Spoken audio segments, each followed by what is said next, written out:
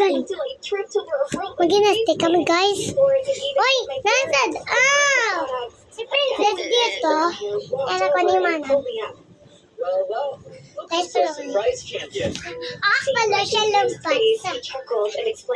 Turns out I had accidentally run into a track team's training session and I crossed the finish line like a pro. He introduced himself as Joe, the captain of the track team. Honestly, I thought a tornado flew past us for a second. Wow, that's the first time anyone's complimented my running. My parents think it's pointless, like totally useless. Your parents might not know this, but running opens big doors. National team, global competitions, even the Olympics. Plus, athletes make serious bank. Wait, what?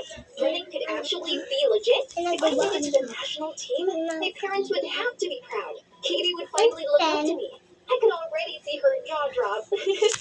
You've been grinning like crazy. What's going on in that head of yours?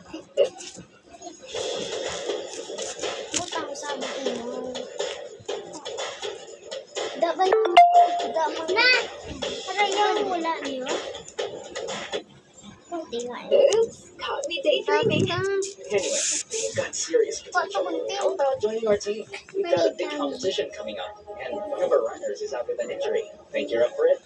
Seriously? Count me in. I couldn't wait to tell my parents that I've been selected for the track team. But when I shared the news, all I got in return was blank, uninterested stares. Instead of wasting time on this nonsense. Goodbye.